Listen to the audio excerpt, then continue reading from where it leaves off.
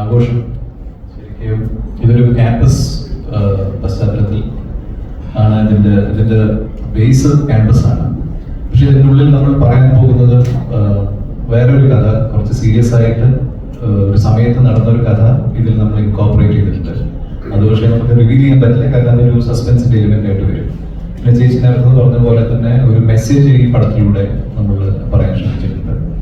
അപ്പൊ അതൊക്കെ ഈ പറഞ്ഞ പോലെ സസ്പെൻസ് ആയതുകൊണ്ട് നമുക്കത് റിവീൽ ചെയ്യാൻ പറ്റില്ല, അതിന്റെ ത്രെഡ് റിവീൽ ചെയ്യാൻ പറ്റില്ല. പക്ഷേ ഓൺ ദ ഹോൾ ഈ പറഞ്ഞ പോലെ ക്രിസ്മസ് ന്യൂ ഇയർ സമയത്ത് ഫാമിലിയുടെ കൂടെ പോയി എൻജോയ് ചെയ്ത് കാണാവുന്ന ഒരു എന്റർടൈനറാണ് ആഘോഷം.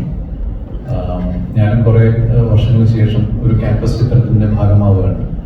ആൻഡ് വലിയൊരു വ്യത്യാസം എനിക്ക് അനുഭവപ്പെട്ടതെന്ന് വെച്ചാൽ 10-20 വർഷങ്ങൾക്ക് മുമ്പ് ക്യാമ്പസ് ചിത്രങ്ങളിലെല്ലാം അല്ലെങ്കിൽ പ്രൊഫസേഴ്സും സ്റ്റുഡൻസുമായിട്ടുള്ള അവരുടെ ബന്ധം, അവരുടെ കണക്ഷൻ എപ്പോഴും നമ്മളൊരു ഭക്തി ബഹുമാനത്തോടു കൂടിയാണെങ്കിൽ ഇപ്പൊ കുറെ കൂടി ഫ്രണ്ട്ലി ആയിരിക്കുകയാണ്. പ്രൊഫസേഴ്സും സ്റ്റുഡൻസുമായിട്ടുള്ള ഒരു ഫ്രണ്ട്ഷിപ്പ് നമുക്ക് ഈ സിനിമയിലൂടെ കാണാം. അതെങ്കിൽ നമ്മുടെ ട്രെയിലറിലൊക്കെ നമുക്കത് ഫീൽ ചെയ്യുന്നുണ്ട്.